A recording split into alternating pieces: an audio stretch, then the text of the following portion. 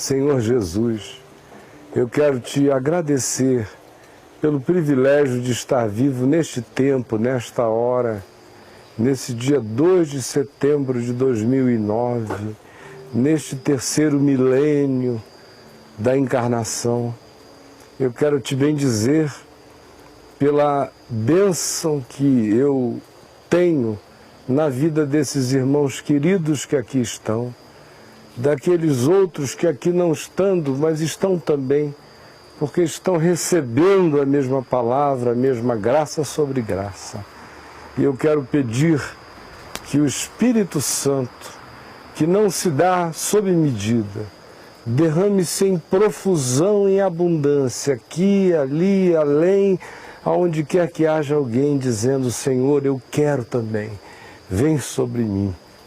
Por favor, marca a nossa vida a ferro e fogo, escreve o Evangelho na nossa consciência, no nosso coração, e também impõe o Evangelho sobre as nossas emoções, ainda tão aflitas, tão nervosas, tão descontroladas.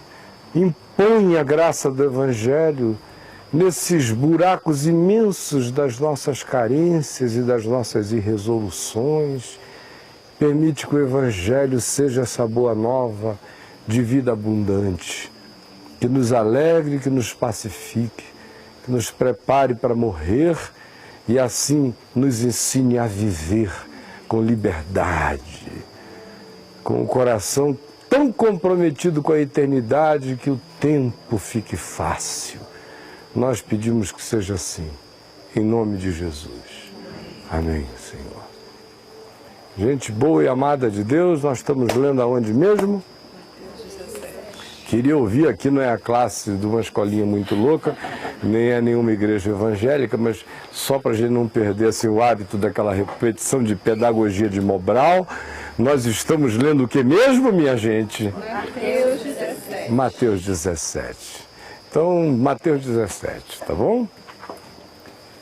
E hoje ainda não, mas a partir da quarta que vem a gente vai ter que fazer uma leitura bem comparativa entre Mateus e os textos correspondentes de Marcos e de Lucas, porque eles vão passar a se interpolarem, a se complementarem bem mais, a se auxiliarem na nossa compreensão. Mas hoje a gente ainda pode ficar no texto apenas de Mateus, capítulo 17. E eu vou ler, e vocês comigo, do verso 22 ao verso 27. Mateus 17, de 22 a 27.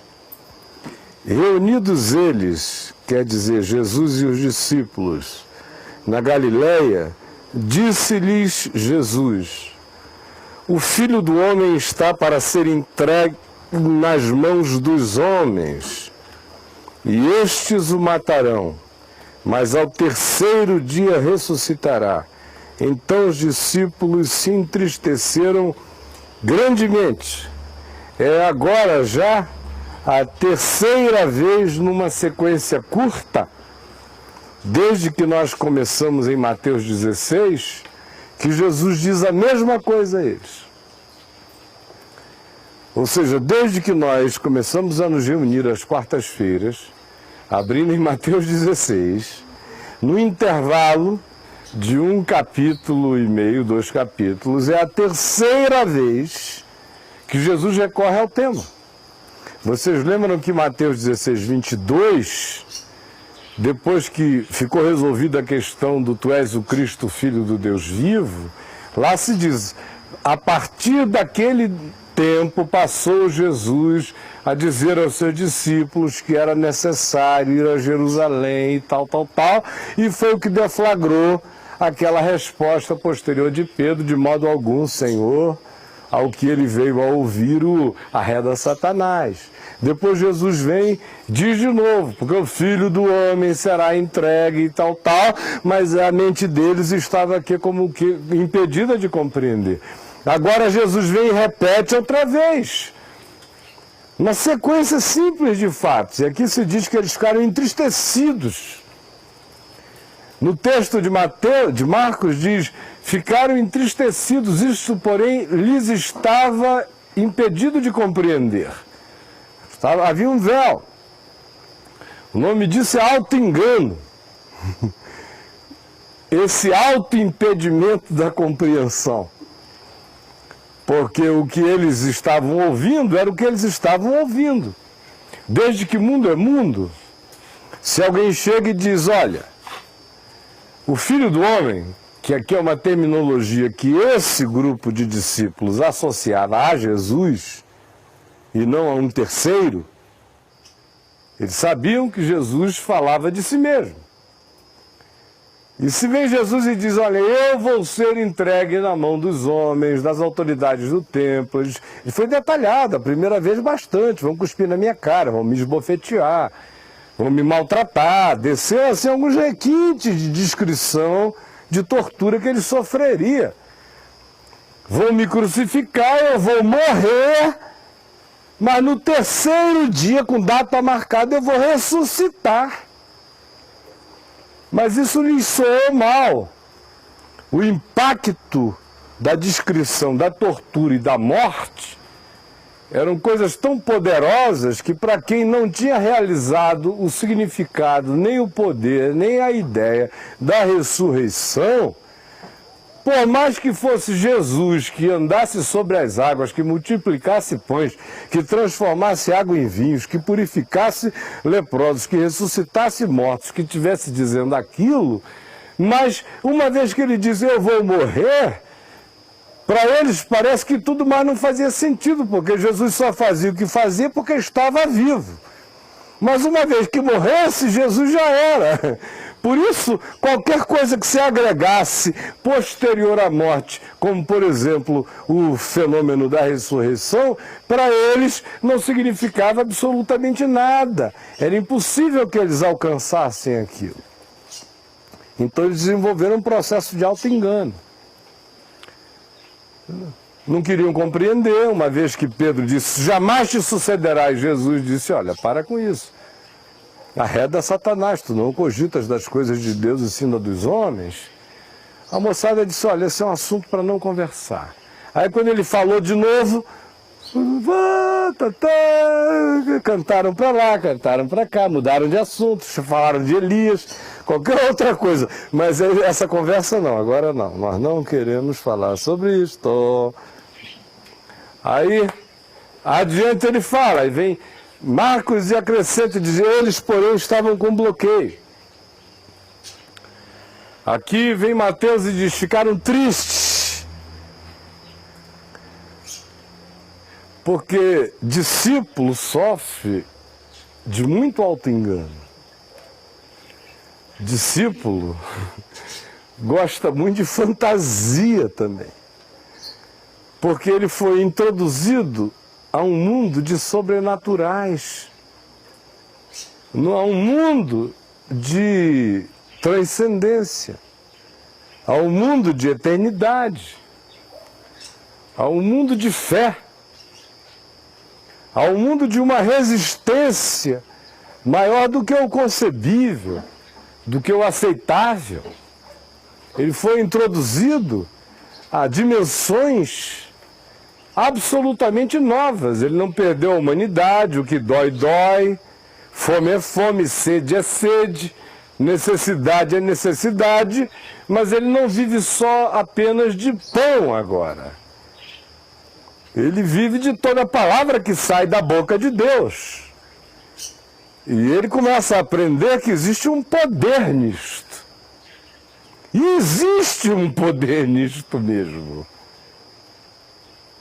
Eu olho para fora e fico vendo a existência humana e me pergunto desde que eu encontrei Jesus, porque eu encontrei Jesus aos 18 anos, na iminência de acabar com a minha existência. Eu não estava de brincadeira, apesar de ser um garoto de 18 anos, mas eu era um sujeito macho.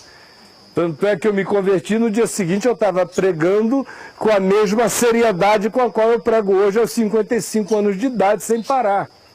Eu não estava brincando daquilo, como eu não brinquei do que me aconteceu de Deus depois. A gravidade com a qual eu encarei o Evangelho tinha a profundidade da gravidade com a qual eu estava disposto a me matar aos 18 anos. Simples assim. No entanto, quando eu passei a olhar para fora, depois que Jesus entrou em mim, e comecei a sentir as resistências novas, o poder novo, a disposição, a coragem, o desassombro, a perda de todos os medos, medo de morrer, medo dos homens, medo do diabo, medo de demônios, acabou tudo. Começou a surgir um espigão poderoso dentro. Isso é fascinante. Dá a você uma certeza de um caminho altaneiro. Na mesma medida em que, se você apenas caminhar pensando em fé, como transfiguração, como sobrepujamento de demônios, como vitória contra as adversidades, como todas essas coisas, ela pode se transformar na sua mente num estado de suposta elevação contínua e ininterrupta, o que gera auto-engano. Gera auto-engano porque você começa a, em nome da fé, não querer admitir o mundo real. A fé vai virando quase uma neurolinguística a partir daí. Aí fica proibido conversar sobre o que está faltando. Fica proibido conversar sobre o dinheiro apertado. Fica proibido dizer, com isto aqui eu acho que eu não consigo fazer aquilo ali, porque o próprio indivíduo se repreende. Aí eu estou sem fé. Ele tem que ficar o tempo todo dizendo, em nome de Jesus não está faltando nada. Eu declaro, eu digo, porque eu sou um homem de fé, na minha boca não há derrota. Nos meus pensamentos só penso coisas positivas. Ora, eu nunca pensei nada problemático de modo negativo. O problema para mim não é uma coisa negativa, é uma circunstância sobre a qual, na graça de Deus, eu imporei a minha positividade. Seja para resolver, ou seja para abandonar, porque antes de me converter eu já sabia que o que não tem remédio, remediado está. Então, se não tem cura, não tem nem meu tempo de respiração boca a boca. Bye, bye. Se está morto, resolvido está. Se não tem retorno, retorno não tem, só tem o meu prosseguimento. Portanto, problema só é aquilo que pode ser solucionado. O que não é solucionado não é meu problema. Você diz, então você é um doido. Não, eu não sou. Eu reconheço o suficiente para dizer está para além de mim. Se estiver para além de mim, não contará com nada meu, porque eu não tenho um pedacinho de mim para ser sepultado com aquilo que está para além de mim. Eu sigo. No entanto, o que eu estou dizendo é que existe um mecanismo sutil que opera supostamente em nome da fé e que frequentemente faz a gente cair naquele alçapão da irrealidade, a fé como negação da existência.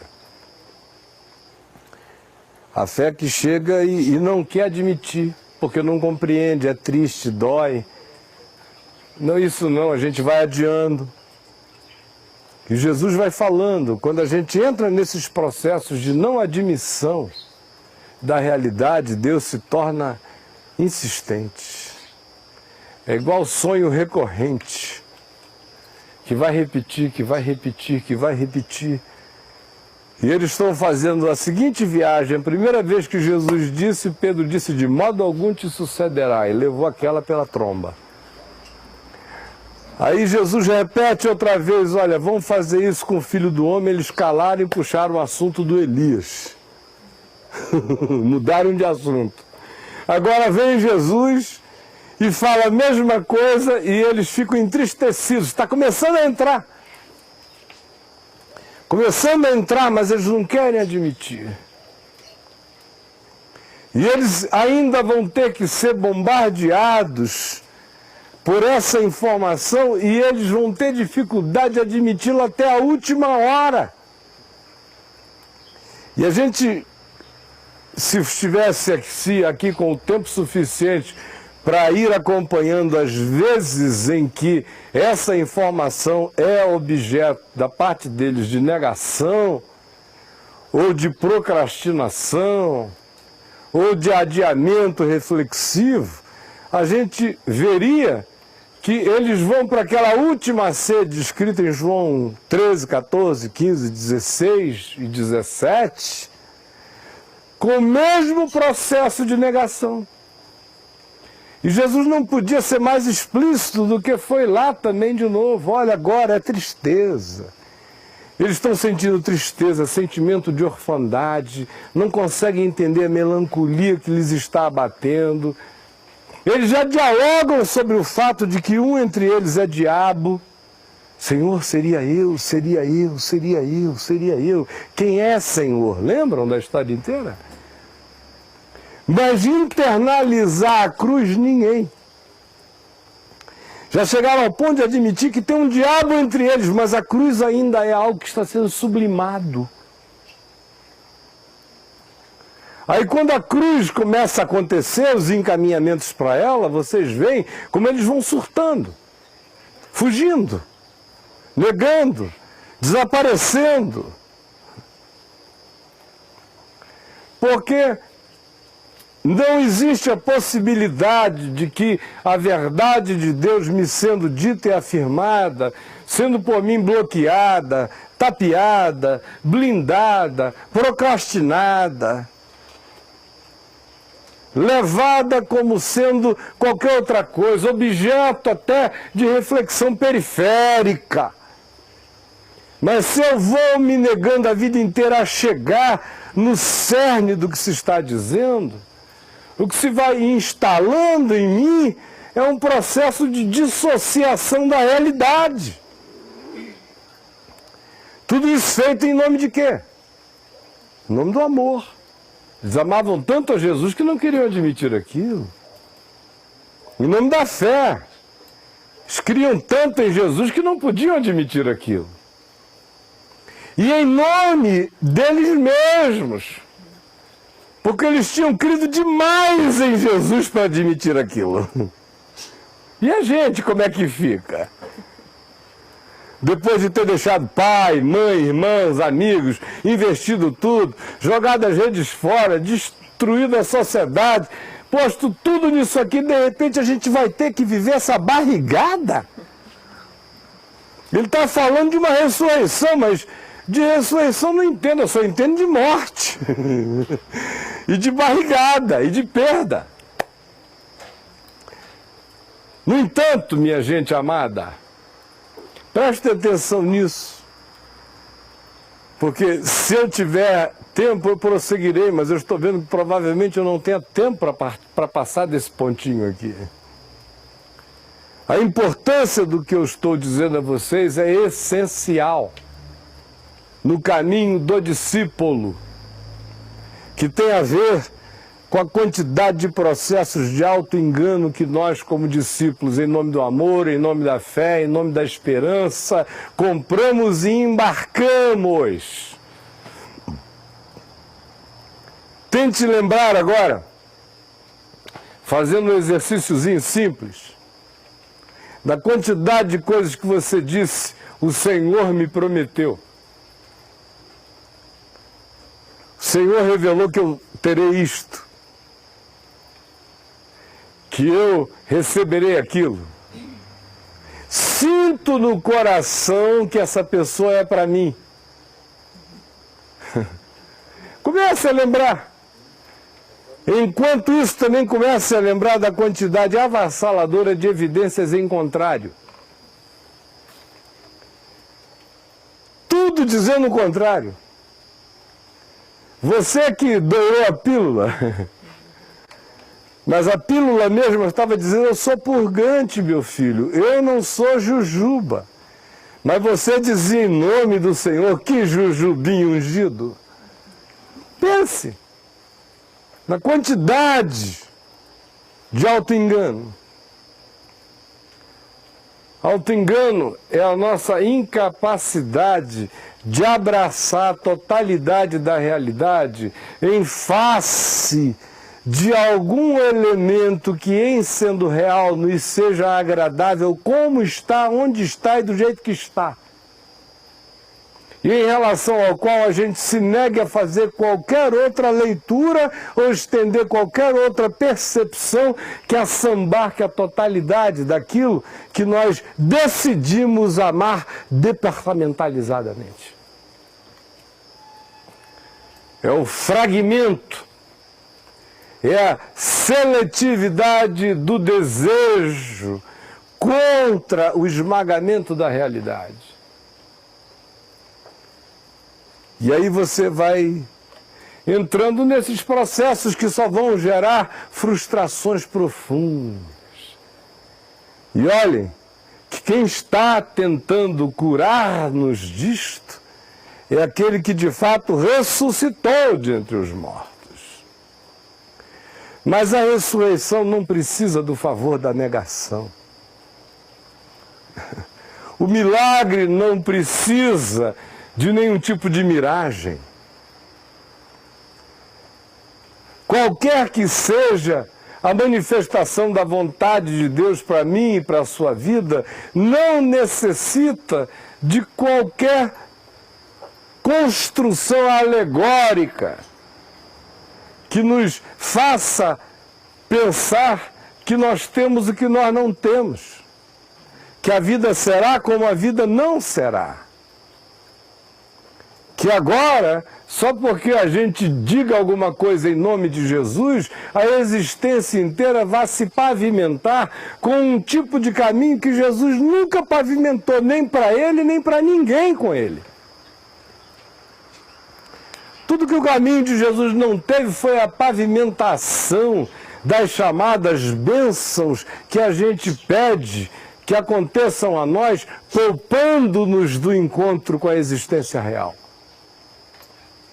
Ao contrário, Jesus nasceu, não tinha lugar para ele na hospedaria, logo a seguir um doido se enciumou e quis matá-lo, os inocentes morreram por causa dele, ele teve que se refugiar no Egito com a família, atravessou aquele deserto miserável para lá e para cá, garotinho, foi morar numa cidadezinha merreca, lá em Nazaré, porque era o lugar mais tranquilo, longe daquele centro nervoso de Jerusalém. Trabalhou como carpinteiro, deu muita martelada no próprio dedo. Ou vocês estão pensando que porque ele era Deus, ele nunca acertou o próprio dedo? Sim, ó. Papai, o que o senhor acha? Não. Deus que é Deus, dá burdoada no próprio dedo. Pá!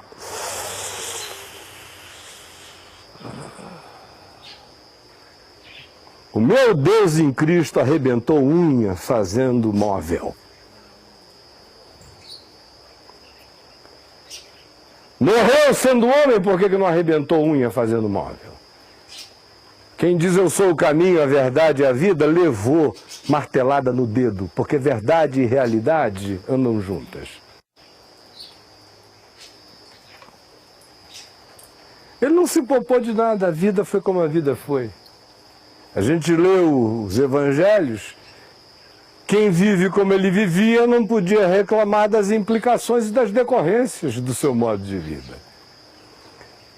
Quem faz com que autoridades do templo ou de qualquer instância de poder se sintam desconfortáveis, tem que estar acostumado a atravessar, mudar daqui para ali, a ir para o deserto, a desaparecer uns dias, a voltar de repente, a chegar depois da hora, a sair antes de acabar. Faz parte do pacote. É assim que é. Quem é um só e quer atender a milhares, vai descobrir logo, logo que vai chegar uma hora que você vai ter que, para poder ajudar a gente, vai ter que fugir de gente de vez em quando. Para poder continuar presente, vai ter que desaparecer muitas vezes. Para poder continuar pregando e todo mundo ouvindo, vai ter que ficar dentro de um barquinho com água no meio, para o pessoal ficar lá, porque senão perde-se a eficácia do que se está pretendendo fazer, porque a vida é assim. E não dá para imaginar uma outra construção. Você o vê? E cada ato dele é baseado no chão da realidade. Ele está com sede, ele pede água. Se ele está com sede, ele busca água, não numa pederneira, mas num poço. Cada coisa dele segue o caminho dos fluxos normais da vida. E ele vai impondo isso aos discípulos o tempo todo. E os forçando a experimentar isso. Vem alguém e diz: o teu amigo Lázaro está doente. Ele não sai correndo. Ai meu Deus, Lázaro está doente. Se Jesus fosse crente, você já imaginou? Porque solidariedade de crente também é o seguinte: sozinho ele talvez nem saia correndo para ir ajudar o irmão doente. Mas se ele estiver acompanhado de outros 10 ou 12 crentes, na mesma hora ele diz: gente, nós temos que correr lá agora para visitar nosso amigo Lázaro que está doente, porque isso também faz parte daquela importância superior de solidariedade fraterna que algumas pessoas precisam ter para demonstrar para as outras como elas são de fato comprometidas com o irmão. Mas há um araquezinho bonito rodando ali sozinho, ele ia pensar 10 vezes se ele iria lá hoje ou ia deixar para não sei que dia. Jesus, no entanto, disse: não, a gente espera, vamos devagar. E quando chega lá, ainda tem a coragem de dizer: olha, me atrasei mesmo de propósito, dou graças a Deus de não ter estado aqui quando ele morreu, que é para vocês terem a experiência da morte, da frustração, do choro, da desesperança, do mau cheiro, da podridão, e para vocês verem ele sair daí vivo, e para acreditarem que eu sou a ressurreição e a vida. Mas nem assim eles creram. Eles creram no milagre da ressurreição, mas não creram ainda que Jesus era a ressurreição e a vida. Eles creram que Jesus podia ressuscitar um morto de entre os mortos, mas não creram que Jesus podia ressuscitar da morte. Porque o único Jesus que podia ressuscitar mortos era um Jesus vivo, um Jesus morto não ressuscitaria dos mortos. Era até aí que eles iam. E Jesus vai impondo encontro factual com esse esmagamento da realidade. E se eu e você não pudermos aprender que o caminho com Jesus é tudo menos caminho de evasividade, nós jamais seremos discípulos da verdade. Jamais. Você já viu a quantidade de temas que você tenta evitar na sua mente? Temas que dão azar. Evangélico é muito supersticioso. É um dos caras mais supersticiosos que tem, evangélico. Não tem a ver com não passar embaixo de escada, ele até passa de propósito. Para dizer, só para provar em nome de Jesus que essa escada não tem poder, eu passo. Lá vai ele, passando embaixo da escada. Pé esquerdo. Em nome de Jesus, eu levantarei com o meu pé esquerdo, porque tanto faz o esquerdo e a direita, a mesma coisa. Aí ele acha que ele não é mais supersticioso. Que nada, supersticiosíssimo. Certos temas ele não fala nisso não, porque a gente pode estar abrindo porta para o diabo. Havia assuntos antigamente que não se podia nem orar em voz alta, vocês lembram? Que o diabo ouvia. Lembra? No tempo que o pessoal cria que o diabo só ouvia o que se falava, que ele não lia pensamento, que pensamento não é código energético que viaja para qualquer máquina, daqui a pouco lê à vontade. O diabo, coitado, era assim, semi-analfabeto e só podia entender o que saísse pela boca. Então, o crente que não queria que o diabo entendesse o que eles estavam orando, eles oravam em língua estranha, porque o diabo não entendia língua estranha. Aliandoris cantoris, o diabo não entendia. Era em língua estranha. Era só superstição. Um monte de superstição. Há certos assuntos que não se toca. Conversas verdadeiras com um filho ou uma filha no meio de um namoro, não vou ter. Não vou dizer para ela que esse namorado dela é uma furada, porque a bichinha está tão apaixonada. E ela orou tanto ao Senhor, se consagrou e jejuou. Eu não vou tirar a alegria da fé da minha filha. Aí deixa ela ir com aquele cretino, se arrebentar todinha, para criar um problema 10 vezes maior, porque ela não queria tirar o romance e a poesia da fezinha tão bonitinha da minha filhinha, que estava orando e jejuando por um homem de Deus e achou um cretino, que ela pensa que foi o Senhor que mandou, mas eu não vou tirar essa ilusão do coração dela. Ainda tem a coragem de dizer, não vou tirar essa ilusão do coração dela. Eu tenho dito várias vezes, vou repetir pela milésima, que para mim uma das melhores palavras que existem é desilusão. Desilusão é uma maravilha. Eu quisera que todo o povo de Deus recebesse unção de desilusão. Todo mundo na real. Mas não, a gente gosta de ilusão, a gente ora por ilusões, e o profeta diz que esse é um vício de crente. O meu povo trocou o manancial de águas vivas pelo manancial das miragens, das ilusões. E chama isso de minha fé, de meu Deus, de minha esperança. É por isso que se prefere sempre muito mais o falso profeta ao profeta. O vidente dos nossos caprichos do que o vidente da verdade de Deus. Porque nós somos como pombas iludíveis, o tempo todo procurando o mote de uma ilusão ungida. Vocês sabem que durante muito tempo eu não conseguia entender para mim mesmo o que era auto-engano. Conceitualmente falando, eu podia explicar para os outros. Mas os primeiros encontros com o meu real auto-engano eu comecei a ter na década de 80.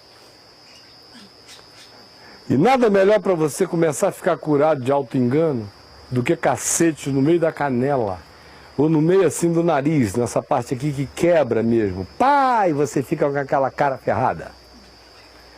Porque do contrário parece que você não aprende. Um dos auto-enganos que eu tinha era em relação a crente. Porque como eu não conseguia me imaginar fazendo nada que não fosse honesto em relação ao meu próximo e aos irmãos, eu imaginava que os irmãos pensavam a mesma coisa em relação a todo mundo e a mim. E como eu não queria ficar cínico, eu tinha medo de que, em enxergando as pessoas, eu ficasse cínico. E como eu tinha pavor de ficar cínico, eu preferia não enxergá-las. E aí eu apanhei igual cachorro doido de crente, mais ou menos, até o ano de 1986. Só paulada, eu não vou contar aqui para vocês, com uma quantidade enorme de estelionato, de roubo, de engano. E o meu coração sabia, mas no meu coração eu dizia, não, em nome de Jesus não é. Eu tenho que zerar a quilometragem de toda criatura que chegue junto a mim, embora eu visse a quilometragem toda escrita na cara dele.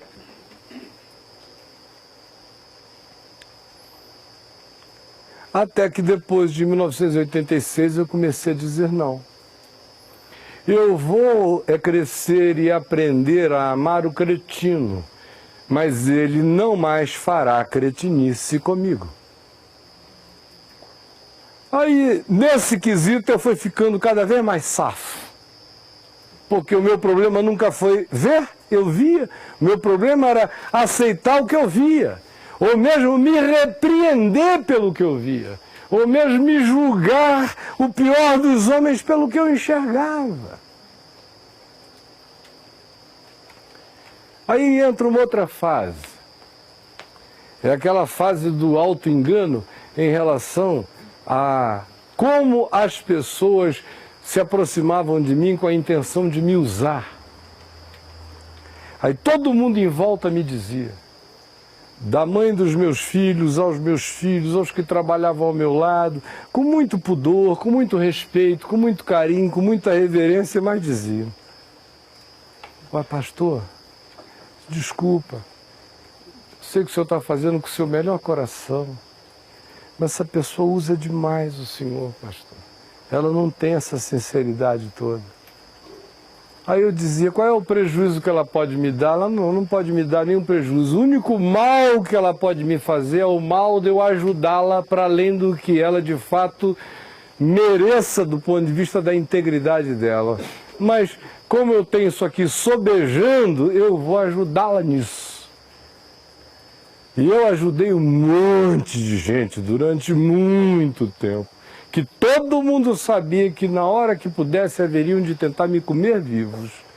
Mas eu fui fazendo, chegou uma hora que eu via, mas eu dizia, eu não vou parar só porque eu vi, e continuava.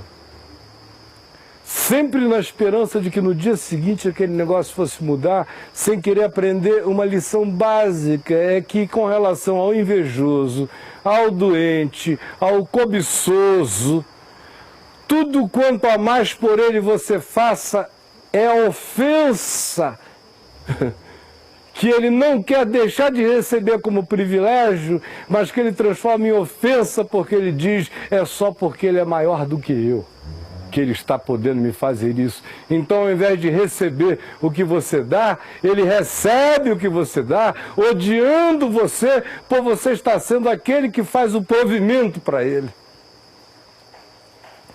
Mas é uma coisa que eu não queria enxergar.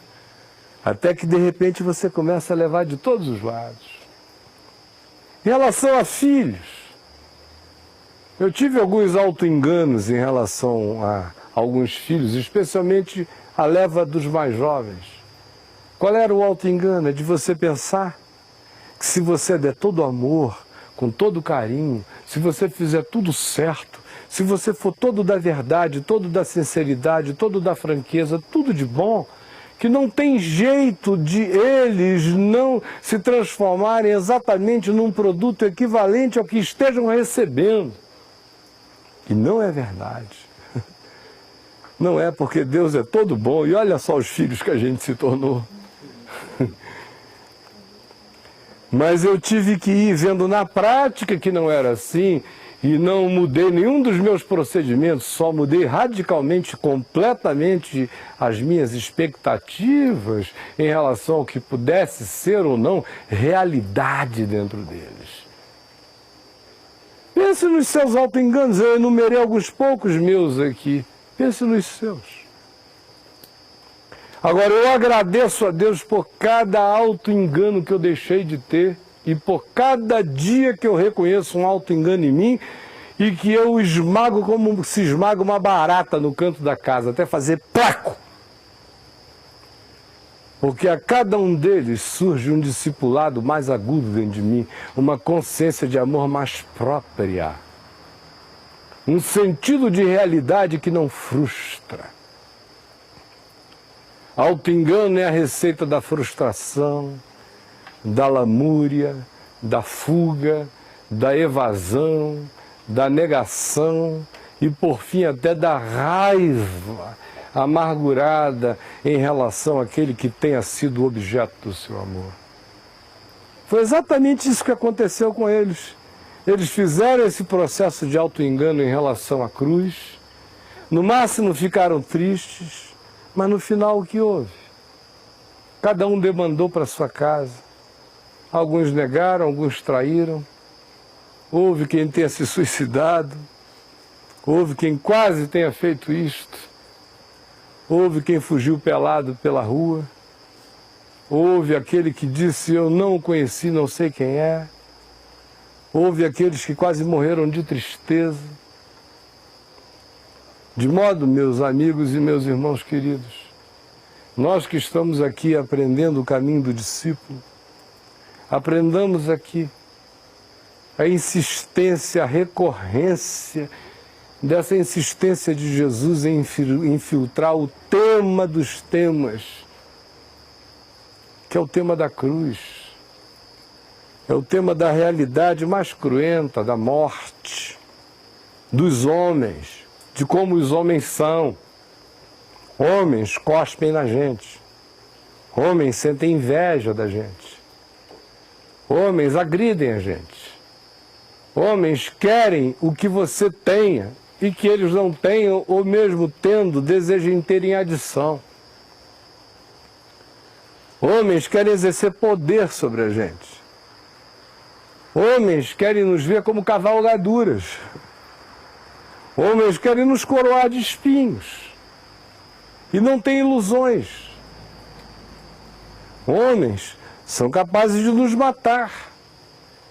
Brincar com a gente é uma possibilidade no mundo.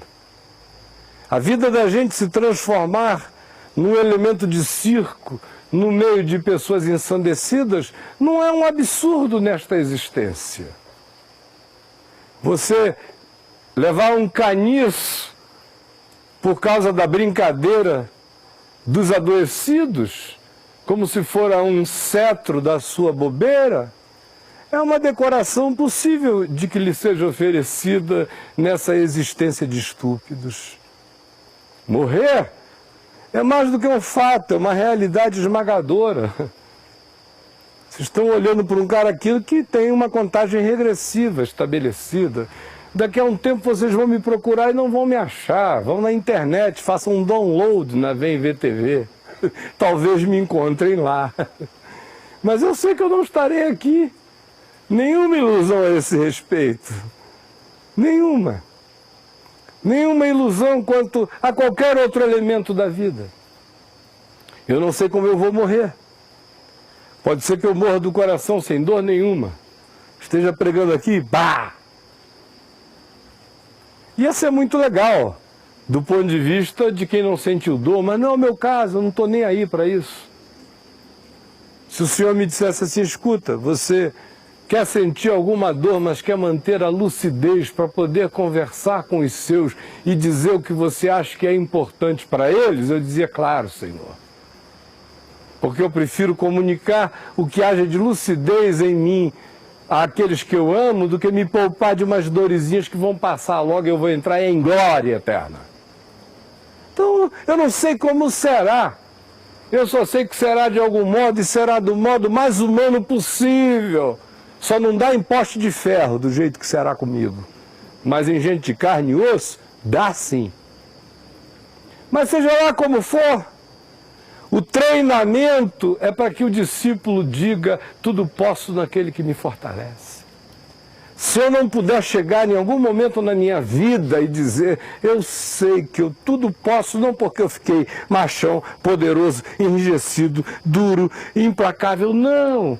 Eu sou uma manteiga, eu sou doce, eu sou amoroso, eu sou meigo, eu sou cheio de amor, eu creio na vida eterna, eu sou filho da ressurreição e choro em velório assim mesmo. Mas eu sei que eu tudo posso naquele que me fortalece. Não é em mim, é nele.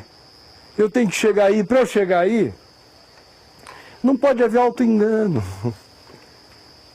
Não pode haver o culto à ilusão. A gente tem que lidar com os elementos que são. Não pode nem usar o álibi da tristeza. Sai, eu evito esse assunto, Senhor, porque ele me deixa tão triste. Eu amo tanto a Ti, Jesus. Aleluia. Então, eu até já estou internalizando, sabe? Mas me dá uma tristezinha. Então, o senhor não leva mal, não. Mas escuta, aquela multiplicação dos pães foi o máximo, né? Não é assim. O que é, é. E o meu caminho com Deus é no mundo real. E daqui para frente, à medida em que a gente for andando nesse caminho do discipulado, a gente vai vendo como Jesus os vai colocando no esmagamento da realidade para serem discípulos. Logo vai entrar a questão do imposto do templo aí, que a gente já leu hoje. dessas chaturas da existência, na existência do discípulo. Todas as questões de disputa, competição, quem é o maior, quem pode, quem não pode, quem manda, quem não manda, tudo isso presente. E se a gente não puder caminhar enxergando as coisas como as coisas são e amando as pessoas como as pessoas são e nos dando para as pessoas nas medidas em que as pessoas podem nos ter e nos dando a vida na medida em que a gente, aquela dimensão da vida, possa e deva se dar. Se a gente não tiver esse senso de realidade, nós vamos sair sendo comidos vida fora. E no fim o que fica é uma amargura enorme contra Deus, a gente fica achando que Deus nos enganou, que não nos contou a história como era. Quando na realidade nós é que fomos extremamente seletivos, nós é que construímos, cada um de nós, as nossas próprias caixinhas de promessa. Lembra das caixinhas de promessa? Só tinha promessinha gostosa na caixinha de promessa. Se o cara que pegasse ali, ele podia ter assassinado o pai, a mãe e a avó na saída da casa, pegar a caixinha de promessa e ler aquela promessa: eis que se tu passares pelas águas eu serei contigo, se atravessares o fogo ele não te lamberá, não sei o que, ele, aleluia, vai embora na caixinha de promessa dele. Nós somos todos gente das caixinhas de promessa. A religião é uma caixinha de promessas. E a gente não quer lidar com o Evangelho de fato, porque o Evangelho é boa nova no coração rascante e real da existência. No mundo tereis aflições. Você está achando que você vai ser poupado delas? Vai ter muita gente safada na sua vida. Você quer ouvir uma profecia? Quer? Muita gente safada vai se aproximar de você, filho meu. Eis que eu te digo, filho meu. Já que vocês só levam a sério assim, filho meu, eis que eu te digo. Tu farás viagens e descobrirás que estavas sendo levado para um laço e não sabias. Filho meu, eis que te apresentará um homem muito lindo, filha minha. Sorrirá para ti, tu ficarás encantada e te deixarás levar, filha minha, até que tu descubras aqueles dentes caninos saindo assim pelo lado do meio da noite. Era o lobo. Filho meu, eis que se apresentará a ti um sócio que disse que vai chegar com todo o know-how que ele tem e entrar no teu negócio. Você só tem que entrar com o capital, filho meu. E com tudo mais, o know-how vai ser 50-50. E vocês vão ficar riquíssimos. Quer saber o final da história, filho meu? Ou quer vivê-la você mesmo? Tem alguém aqui pensando que será diferente? Você está pensando o quê? Que em nome de Jesus só lhe virão pessoas que a Jesus não vieram? Porque eu vejo Jesus andando e para cada um cara legal eu vejo uma multidão totalmente alienada e uma multidão enorme de canalhas persecutórios. E ele disse: se foi assim comigo, por que com vocês vai ser diferente? Não foi por falta de realidade. Os inimigos do homem serão os da sua própria casa. É o que come da minha mesa, é o que levanta contra mim o calcanhar. Você quer mais realismo do que esse?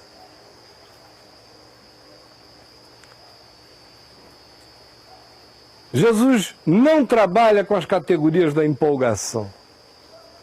Não há nenhuma psicologia de empolgação em Jesus. Ele não era evangelista evangélico. Jesus não era pentecostal, nesse sentido de amém ou não amém, vamos lá, hoje é o dia, é a hora, não tem nada disso com Jesus.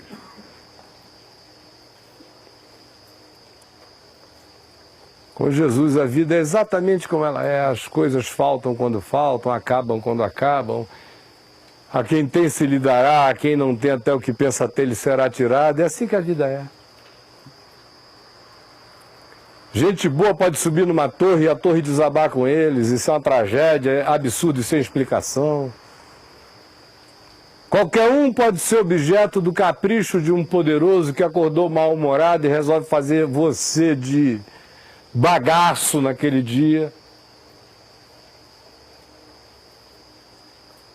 E o Evangelho tem que caber na realidade da existência. É por isso que os mandamentos dele não têm romantismo. Orem pelo inimigo, pelo que persegue. Não deixe ele desviar o seu caminho, entregar uma capa para ele, uma túnica para ele, sai barato. Caro é ficar brigando com esse bicho doido. Ele quer a sua capa, quer a sua túnica, deixa ele ir e passa no teu caminho, meu irmão. Não perde teu tempo com esse negócio. Ele não vai ficar curado pela tua argumentação. Segue.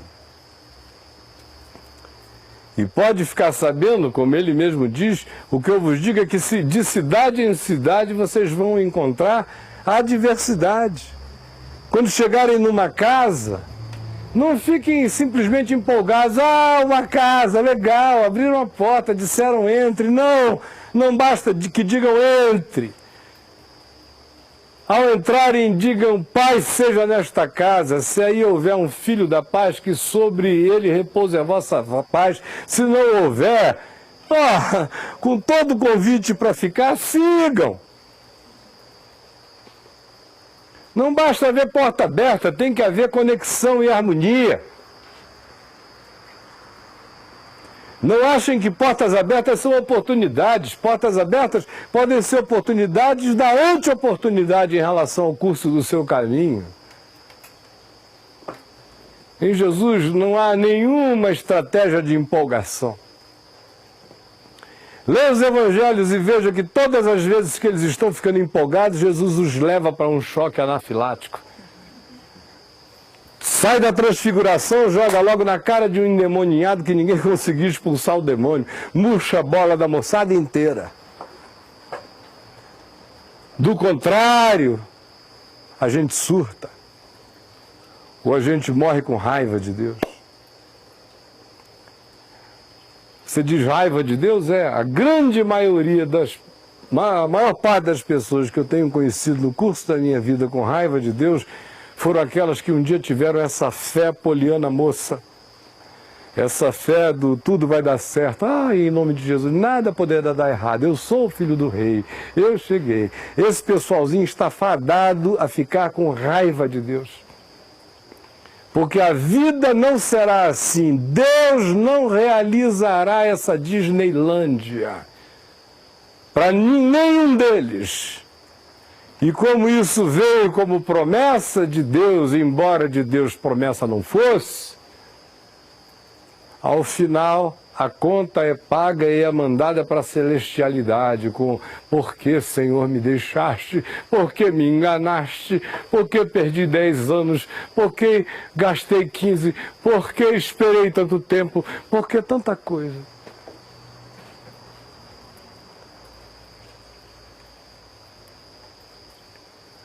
Quem não quer fazer o caminho do auto-engano, faça uma viagem profunda no livro de Provérbios todo dia. São 31 capítulos em Provérbios. Dá para ler todo mês o livro de Provérbios todo.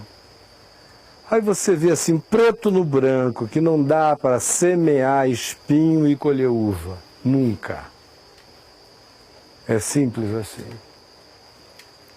Hoje à noite, O que eu queria era fazer essa convocação no caminho do discípulo, a semelhança do que Jesus fez, insistindo com eles no tema do qual eles fugiam, forçando-os a pararem com a alienação, com a evasão, com o auto-engano, com a tristezinha piedosa, com a desculpinha para não encarar o mundo real, anunciado como palavra de Deus. Porque a nossa capacidade de auto-engano, de autosseleção é tão grande que até a palavra de Deus a gente seleciona e dela a gente fica apenas com aquilo que a gente acha que nos fará o cafoné necessário segundo a nossa carênciazinha idiotada de hoje. Quando o que nos salva para a vida é todo o conselho de Deus, é toda a palavra de Deus. Se você tiver que amar alguém, ame alguém de verdade. Alguém real, não uma fantasia. Se você tiver que se dedicar a alguma causa, se dedique a alguma causa sabendo o significado e a extensão real dela.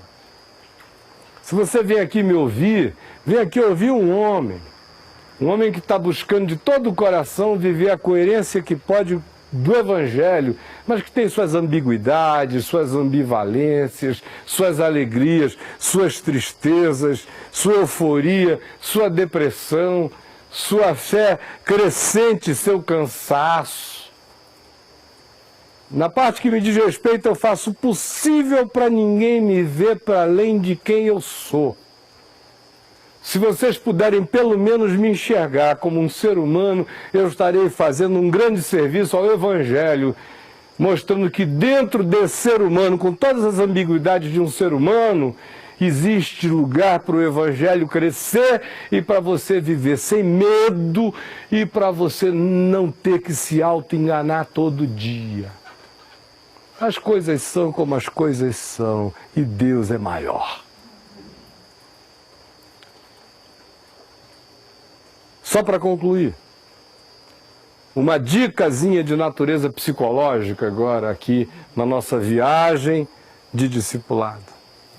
Assim como Jesus usou o princípio da recorrência, em tão pouco tempo, falando 3 vezes o mesmo assunto e eles na evasão do tema, e ele vai repetir no curso da caminhada até o último momento e eles na evasão do tema, a mesma coisa faz com a gente, por graça divina, por misericórdia divina, e como instrumento do amor de Deus operando em nós, a mesma coisa faz conosco a nossa psique, a nossa alma. Frequentemente ela faz de modo autônomo, como uma produção fenomenológica dela. Outras vezes é uma emulação divina nela para nos fazer produzir sonhos recorrentes. Você tem algum sonho recorrente? Aquela coisa que volta, que volta, que volta, aquele sonho que nunca acaba, que de tempo em tempo você sonha, às vezes no mesmo dia você sonha várias vezes, às vezes uma vez na semana, às vezes de 15 em 15 dias, às vezes uma vez no mês. Eu tive um sonho recorrente com o qual eu sonhei 30 anos, pelo menos 2 vezes ao ano. E eu fazia de tudo para entendê-lo. E eu sabia que era a minha alma querendo me contar uma história e eu não conseguia entendê-la. Nos anos de 97, de 98, eu tive sonhos recorrentes, não esse, mas centenas, literalmente, sem hipérbole e sem exagero, centenas de sonhos recorrentes me contando a mesma história. A mesma história. Apenas falando de um deles, ou 2. Num deles eu era Sansão, cabelo longo, enorme. Um Sansão diferente do Sansão da Bíblia, porque eu tinha derrotado todos os inimigos, não tinha sobrado filisteu nenhum para contar a história. Nem Dagom nenhum em pé, nada. Aí eu vinha para Deus e dizia: Senhor, todos os teus inimigos estão derrotados. Aí eu ouvia aquela voz e dizia: não, nem todos. Aí eu dizia: como, Senhor? E eu derrotei em teu nome todos os teus inimigos. E aquela voz dizia: não, falta um, o pior de todos. E eu dizia: quem, Senhor? E a voz dizia: tu. E eu dizia, mas eu não sou o inimigo, eu sou o teu amigo. E a voz dizia, não, tu és o teu pior inimigo. E tu tens que entregar a tua força e conhecer fraqueza. E no sonho eu me via puxando o cabelo todo para o lado, era um cabelo enorme que ia lá embaixo, e eu tosava o cabelo todo e ficava fraco, fraco, fraco, e todo mundo fazia o que queria comigo. E eu acordava com aquela angústia, 3, 4 vezes na mesma noite, aquele sonho. E aquela decisão dentro de mim, eu vou ter que fazer o exercício da entrega de tudo que seja força em mim. Eu preciso experimentar a fraqueza, eu não sabia o que era e nem como. Outro. Eu estava no meio de um oceano enorme, cor de chumbo, num céu cor de chumbo. Eu não conseguia ver nem o céu e nem as águas, eles tinham a mesma cor. E não havia estrelas, nem referência alguma. Eu só sabia que a água era água por causa da sensação líquida que me batia e que me invadia e que me afogava. E eu sentia que havia vagas enormes, quebrando no meio de um oceano no qual eu era uma rolinha de nada flutuando no coisa nenhuma, imenso. E ali eu ouvia uma voz que me dizia, enfia o teu rosto na água e vê o abismo. E eu dizia, não, Senhor, eu não tenho coragem de olhar para dentro desse abismo. Aqui fora já é um abismo, eu ainda vou botar a cara aí dentro. Eu não posso. E a voz insistia, insistia, bota o teu rosto, a tua face no abismo e encara o abismo. Até que eu conseguia botar o rosto dentro da água e para abrir os olhos e ficar cara a cara com a realidade do abismo. Aí eu abri os olhos e não via nada, só chumbo.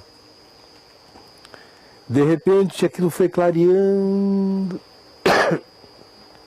e nas trevas densas à volta, um facho suave de luz iluminava a quilômetros de distância, no fundo de um leito oceânico completamente escabroso. Eu via um transatlântico que devia ser imenso, mas estava tão longe que se me afigurava mínimo. E eu ouvia aquela voz que dizia, mergulha na direção dos destroços, porque naqueles destroços no abismo tu acharás o teu tesouro. E eu dizia, Senhor, eu não tenho coragem de ir para o abismo. E a voz dizia, vai, porque nos destroços do coração do abismo tu acharás o teu tesouro. 97, 98 inteiro sonhando com isso, até o final do ano de 98. Quando por meios e vias que não dependiam de mim, eu tive que abrir o olho para dentro do abismo e mergulhar sem escafandro para dentro dos escombros, apenas para me surpreender com o fato de que tudo quanto antes para mim fora precioso, agora era absolutamente nada perto do achado indescritível que a graça de Deus me tinha dado no coração do abismo. Sonhos recorrentes sempre são insistência da alma ou da alma na parceria com o Espírito Santo, querendo nos levar ao encaramento de algo acerca do que a gente foge, e sem cujo encaramento não haverá integração da nossa psique e nem da nossa vida em relação a discernir o significado da realidade, porque sem percepção da realidade não haverá exercício de verdade, e sem exercício de verdade não haverá caminho de discípulo, não haverá caminho de libertação. Esta é a palavra do Senhor hoje. eu espero que ela nos tenha feito todo bem. A nós aqui e a nós em muitos outros lugares. E na quarta-feira que vem, leiam bastante o texto aí dos impostos, do imposto, na sequência, em Mateus 17, e pensem no seguinte assunto: Jesus deseja ensinar o discípulo a lidar com os casuísmos da existência. Com o governo, com os impostos, com as convenções absurdas, com as coisas que a gente faz na vida apenas para não escandalizá-los, porque dentro de nós a gente sabe que são patéticas. Quarta-feira que vem a gente vai pensar com Jesus sobre o discípulo e o elemento patético da existência. Aqui representado pelo templo. Pode haver coisa mais patética do que essa? Vamos ficar em pé e vamos orar, tá bom? Vocês são muito queridos, gente boa de Deus, em nome de Jesus. Amém? Que bom. Deixa eu chegar um pouquinho para cá, que aí ele me enxerga aqui. Vamos dar as mãos?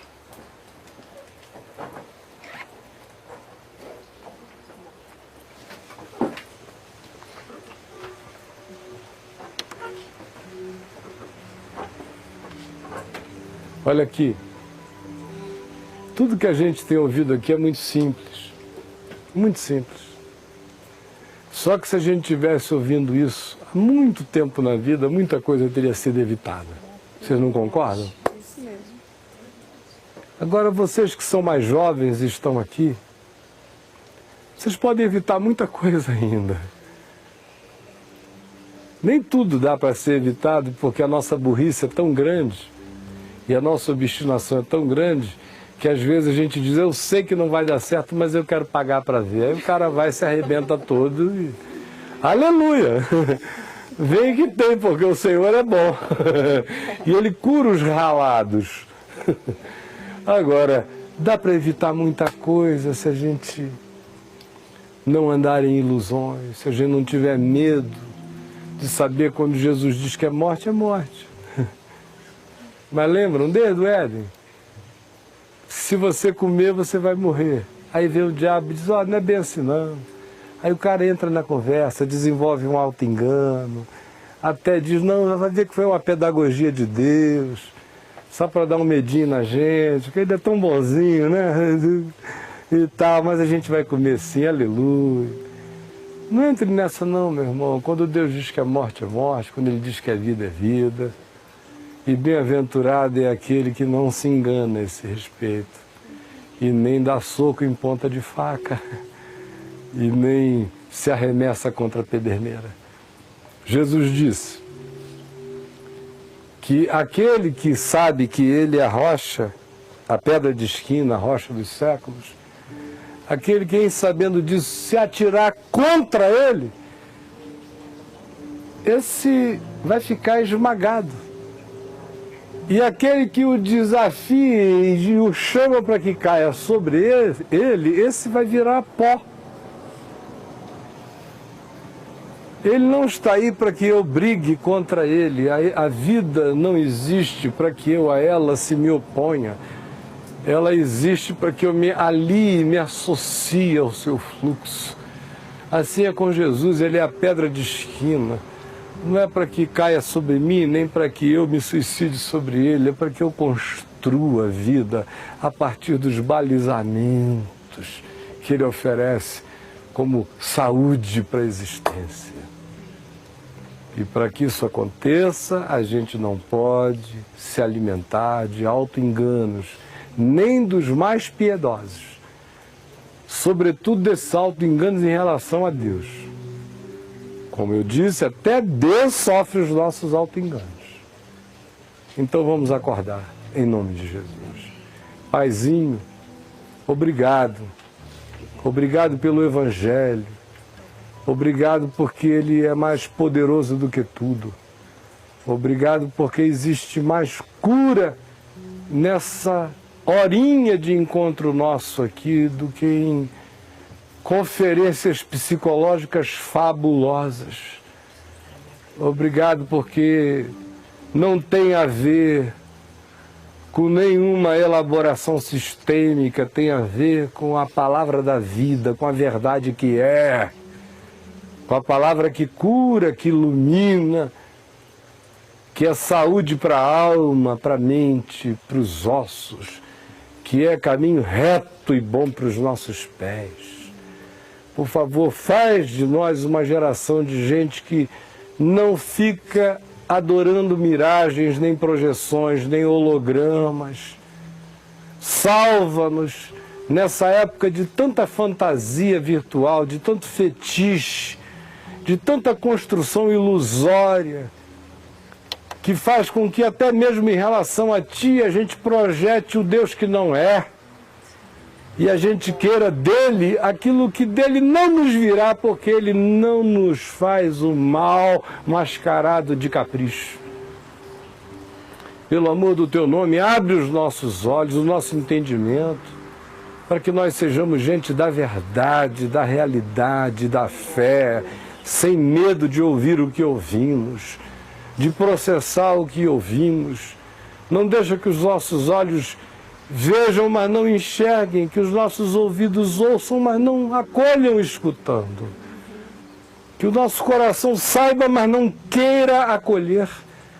Por favor, dá-nos, tornar-nos gente que anda no chão do que é. Todo dia, sem medo. E o Senhor endireitará as nossas veredas. Nós queremos Te reconhecer nos nossos caminhos. Nós não queremos fantasiar caminhos Teus conosco. Queremos Te reconhecer na realidade da vida. E Tu aí, então, endireitarás as nossas veredas. Por favor, faz isso conosco, para que nós não caiamos frustrados, nem desalentados, nem desanimados, para que nenhum de nós, na hora H, negue, nem traia, nem fuja, nem se espante, e nem mergulhe em assombros como se não tivéssemos sido avisados, porque Tu mesmo disseste várias vezes: eis que eu vos digo antes que aconteça, para que quando aconteça vós creiais. Por favor, ajuda-nos a sermos gente assim. E aí nos tornaremos em Ti todos os dias inabaláveis, inescandalizáveis. Gente para além do escândalo é o que nós queremos ser. Gente que não retrocede, gente que não desiste, gente que não se queixa, gente que não tem pena de si mesma, gente que não diz: ah, por que Tu não me disseste que assim seria? Porque Tu tens dito desde o princípio. Fortalece a nossa fé na verdade. E aí nós seremos gente, de fato, que terá um carvalhal de justiça sendo entranhado na natureza do próprio ser. Nós pedimos que seja assim. Em nome de Jesus. Amém.